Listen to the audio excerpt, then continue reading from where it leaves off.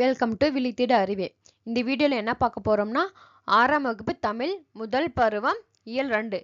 இப்போ தான் நம்ம வீடியோ ஃபஸ்ட்டு பார்க்குறீங்கன்னா நம்ம சேனலை சப்ஸ்கிரைப் பண்ணிக்கோங்க. First one, Silappatikaram.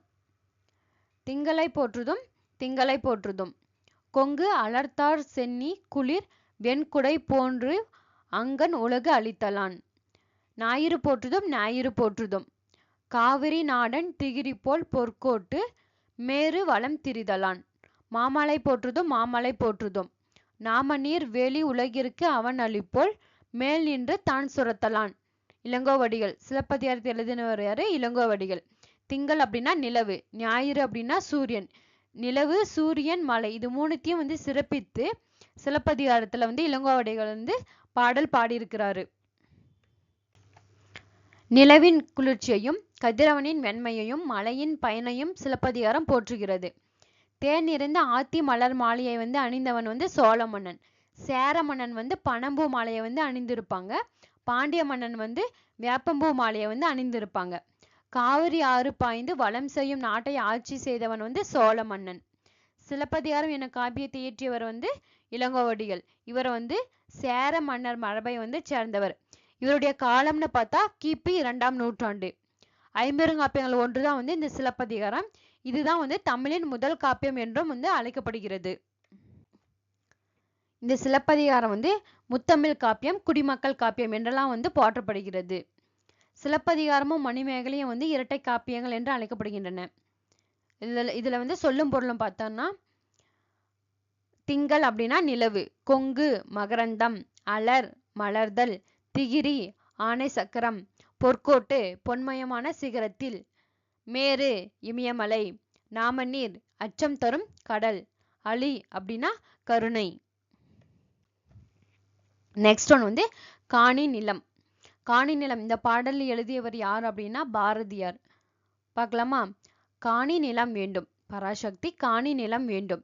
அங்கு தூணில் அழகியதாய் நன்மாடங்கள் தூய நிறத்தினதாய் அந்த காணி நிலத்திடையே ஓர் மாளிகை கட்டித்தர வேண்டும். அங்கு கேணி அருகினிலே தென்னை மரம் கீற்றும் இளைஞரும் 10-12 தென்னை மரம் பக்கத்திலே வேண்டும். நல்ல முத்துச்சுடர் போல நிலா ஒளி முன்பு வர வேண்டும். அங்கு கத்தும் குயிலோசை சற்றே காதில் பட வேண்டும். என்றன் சித்தம் மகிழ்ந்திடவே நன்றாய் இளம் தென்றல் வர வேண்டும். இந்த காணி நிலம் பாடியவர் யாரு? பாரதியார். இவர் 20ஆம் நூற்றாண்டின் இனியற்ற கவிஞர் அப்படின்னு பாரதியார சொல்லலாம். இவருடைய இயற்பெயர் பார்த்தீங்கன்னா சுப்பிரமணியன். இவருடைய பிறப்பு 11-12-1882 முதல் இறப்ப 11-9-1921 வரைக்கும் இவருடைய இருப்பு. இளமிலேயே சிறப்பாக கவி பாடும் திறன் பெற்றவர் பாரதியார். இவருடைய நூல்கள்னு பார்த்தோம்னா பாஞ்சாலி சபதம், கண்ணன் பாட்டு, குயில் பாட்டு, பாப்பா பாட்டு, ஞானரதம், புதிய ஆத்திச்சூடி, சந்திரிகளின் கதை இதெல்லாம் இவருடைய நூல்கள். இவர் எட்டயபுரம் மன்னரால் பாரதி என்றும் பட்டம் வழங்கி சிறப்பிக்கப்பட்டார். இவருக்கு பாரதி என்ற பட்டம் 11 வயசுல இவர் மன்னர் கொடுத்திருப்பாங்க. தன் கவிதையின் வழியாக விடுதலை உணர்வை ஊட்டியவர். மண் உரிமைக்காகவும் பெண் உரிமைக்காகவும் பாடியவர். நாட்டுப்பற்றும் மொழிப்பற்றும் மிக்க பாடல்கள் பலவற்றையும் இவர் படைத்துள்ளார். காணி நிலம் அப்படின்ற பாடல் பாரதியார் கவிதைகள் என்னும் தொகுப்பில் இடம்பெற்றுள்ளது. இதை சொல்லும் பொருளும் பார்க்கலாமா? காணி அப்படின்னா நில அளவை குறிக்கக்கூடிய சொல். மாடங்கள் அப்படின்னா மாளிகையினுடைய அடுக்குகள். சித்தம் அப்படின்னா உள்ளம். நெக்ஸ்ட் ஒன் சிறகின் ஓசை. பறவைகள் கண்டம் விட்டு கண்டம் பறக்கின்றன. பறவைகள் இடம்பெயர்தலை நம்ம வலசை போதல் அப்படின்னு சொல்லலாம். நீர்வாழ் பறவைகளே பெரும்பாலும் வலசை போகின்றன. இந்த பறவைகள் வலசை எதற்காக போகுது அப்படின்னு பார்த்தீங்கன்னா, உணவு, இருப்பிடம், தட்பவெப்ப நிலை மாற்றம், இனப்பெருக்கம் இதற்காக தான் பறவைகள் இடமிட்டு இடம் பெயர்கின்றன. எதை அடிப்படையாக கொண்டு இடமிட்டு இடம் பெயர்கின்றன பார்த்தீங்கன்னா, நிலவு, விண்மீன், புவியீர்ப்பு புலம் இதை அடிப்படையாக கொண்டுதான் பறவைகள் இடம்பெயர்கின்றன. பறவைகள் பெரும்பாலும் பார்த்தீங்கன்னா வடக்கிலிருந்து தெற்கு நோக்கியும் மேற்கிலிருந்து கிழக்கு நோக்கியும் தான் வலசை போகின்றனன்னு சொல்லலாம். பறவைகள் அப்படி வலசை போகும்போது பறவைகள் உடலில் ஏற்படக்கூடிய மாற்றங்கள்னு பார்த்தீங்கன்னா தலையில வந்து சிறகு வளரும், சிறகுகளின் நிறம் மாறும், உடலில் கற்றையாக வந்து முடி வளரும். இதுதான் வந்து பறவைகள் வந்து இடமிட்டு இடம் பெயர்றதுனால வலசை போவதனால ஏற்படக்கூடிய மாற்றங்கள்னு சொல்லலாம். சிறகடிக்காமல் கடலையும் தாண்டி பறக்கும் பறவை வந்து கப்பல் பறவைன்னு சொல்லலாம். இது வந்து தரையிறங்காமல் வந்து 400 கிலோமீட்டர் வரைக்கும் பறக்குமா. இதை வந்து கப்பல் கூளைக்கடா கடற்கொள்ளை பறவை என்றும் வந்து அழைக்கலாம்னு சொல்றாங்க. தமிழகத்திற்கு வந்து வெளிநாட்டு பறவைகள் வலசை வருவது பற்றி இலக்கியங்கள்ல வந்து செய்திகள் வந்து இடம்பெற்றுள்ளன. ஏறத்தாழ 1500 ஆண்டுகளுக்கு முன்பு வந்த சத்தியமுத்த புலவர் அப்படின்றவர் வந்து பறவைகள் வலசை போவதை பத்தி நாராய் நாராய் செங்கால் நாராய் அப்படின்ற வந்து பாடலை வந்து எழுதியுள்ளார். அந்த பாடலில் உள்ள தென் திசை குமரி ஆடி வட திசைக்கு ஏகுவீர் ஆயின் அப்படின்ற பாடல் அடி வந்து பறவைகள் வலசை போவதை பத்தி அந்த செய்தியை பத்தி சொல்லுதுன்னு சொல்றாங்க. ஐரோப்பாவில் இருந்து தமிழகத்திற்கு செங்கால் நாராய் அப்படின்ற பறவைகள் வந்து வலசை வருகின்றன. வெளிநாட்டு பறவைகளுக்கும் புகலிடமாக திகழ்வது எதுன்னு பார்த்தீங்கன்னா தமிழ்நாடு தான். தற்போது வெகுவாக அழிந்து வரும் பறவை இனம் பார்த்தீங்கன்னா சிட்டுக்குருவி. இந்த சிட்டுக்குருவியுடைய ஆண் குருவி வந்து தொண்டை பகுதி வந்து கருப்பு நிறத்தில் இருக்கும். உடல் முழுவதும் பார்த்தீங்கன்னா அதாவது உடல் பகுதி வந்து அடர் பழுப்பு நிறமாக இருக்கும். பெண் குருவிக்கு வந்து உடல் முழுவதுமே பார்த்தீங்கன்னா மங்கிய பழுப்பு நிறத்துல வந்து இருக்குன்னு சொல்றாங்க. இந்த சிட்டுக்குருவி வந்து கூடு கட்டும் பறவை இனத்தை சார்ந்தது. இது வந்து 3 முதல் 6 முட்டைகள் வரைக்கும் இடும். 14 நாள் வந்து அடை காக்கும். 15வது நாள் வந்து இதோட குஞ்சுகள் எல்லாமே வந்து வெளியே வரும். இந்த சிட்டுக்குருவி வந்து துருவ பகுதிகள் தவிர மனிதன் வாழக்கூடிய எல்லா பகுதியிலுமே வந்து வாழ்கின்றனன்னு சொல்றாங்க. இமயமலை தொடரில் கூட 4000 கிலோமீட்டர் தூரத்தில் கூட இந்த சிட்டுக்குருவிகள் வந்து வாழ்கின்றன சொல்றாங்க. இந்த சிட்டுக்குருவியுடைய உணவாக எது இருக்கு அப்படின்னா தானியங்கள், புழுப்பூச்சிகள், மலர் அரும்புகள், இளத்தளிர்கள், தேன். இதுதான் வந்து சிட்டுக்குருவினுடைய உணவாக இருக்கு. சிட்டுக்குருவின் வாழ்நாள்னு பார்த்தீங்கன்னா 10 முதல் 13 ஆண்டுகள் வரைக்கும் இந்த சிட்டுக்குருவிகள் வந்து வாழ்கின்றன. காக்கை குருவி எங்கள் ஜாதி அப்படின்னு பாடியவர் யாருன்னு பார்த்தீங்கன்னா பாரதியார். இந்தியாவின் பறவை மனிதர் என்று அழைக்கப்படுபவர் யாருன்னு பார்த்தீங்கன்னா டாக்டர் சலீம் அலி. அவர் தன் வாழ்க்கை வரலாற்று நூறுக்கு வந்து சிட்டுக்குருவின் வீழ்ச்சி அப்படின்ற பெயரிட்டுள்ளார். மனிதன் இல்லாத உலகில் பறவைகள் வாழ முடியும், பறவைகள் இல்லாத உலகில் மனிதன் வாழ முடியாது அப்படின்னு கூறியவர் யாருன்னு பார்த்தீங்கன்னா டாக்டர் சலீம் அலி. உலகிலேயே நெடுந்தொலைவு 22,000 கிலோமீட்டர் பயணம் செய்யக்கூடிய பறவை இனம்னு பார்த்தீங்கன்னா ஆர்டிகலா. இதுதான் வந்து நெடுந்தொலைவு பறக்கக்கூடிய பறவை இனமா. பறவைகள் பற்றிய படிப்பு வந்து ஆர்னித்தாலஜி அப்படின்னு சொல்லலாம். நெக்ஸ்ட் ஒன் வந்து கிழவனும் கடலும். இந்த கிழவனும் கடலும் அப்படின்றது வந்து ஆங்கில புதினம். இதோடைய ஆசிரியர் பார்த்தீங்கன்னா எர்னஸ்ட் ஹெமிங்வே.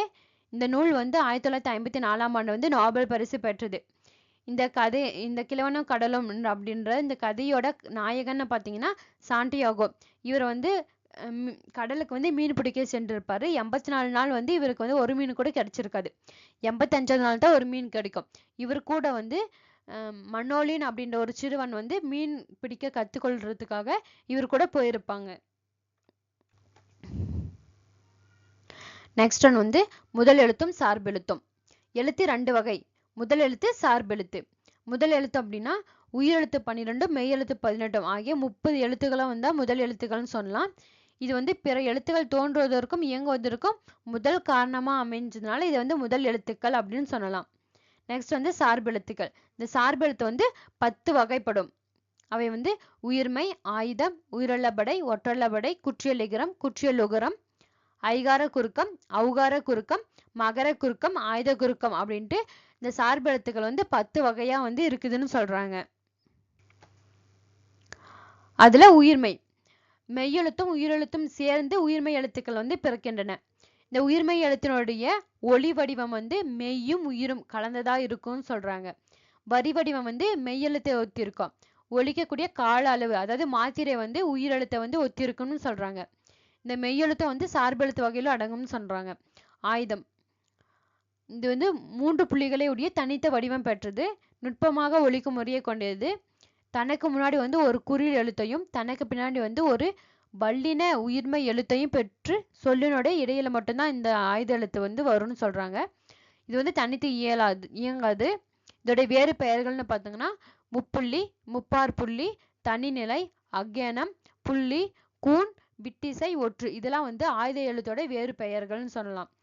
உயிர்மெய்யும் சார்ந்து இயங்குவதால இந்த ஆயுத எழுத்து கூட உயிர்மெய் சார்பு எழுத்து வகையில வந்து அடங்கும் அப்படின்னு சொல்லலாம். நெக்ஸ்ட் வந்து பொருத்தமான சொல்லை தேர்ந்தெடுத்து எழுதுக. பறந்து விரிந்து இருப்பதால் கடலுக்கு டேஸ் என்று பெயர். பறவை. இலக்கிய மன்ற விழாவில் முகிலன் சிறப்பாக டேஸ் ஆற்றினார். உரை. முத்து தம் டேஸ் காரணமாக ஊருக்கு சென்றார். பணி. கலைமகள் தன் வீட்டு தோட்டத்தை பார்க்க வருமாறு தோழியை டேஸ் அழைத்தாள். பொருத்தமான சொல்லை எழுதுக.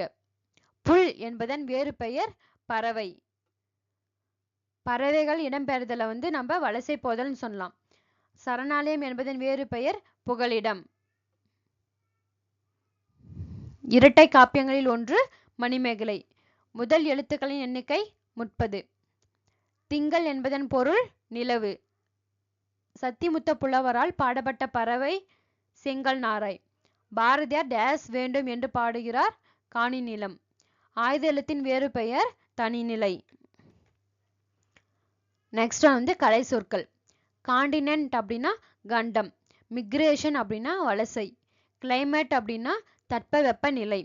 வெதர் அப்படின்னா வந்து வானிலை. சான்ச்சுரி அப்படின்னா வந்து புகலிடம். கிராவிடேஷனல் ஃபீல்ட் அப்படின்னா புவியீர்ப்பு புலம். இது போன்ற வீடியோக்கள் தொடர்ந்து பார்க்க நம்ம சேனலை சப்ஸ்கிரைப் பண்ணிக்கோங்க.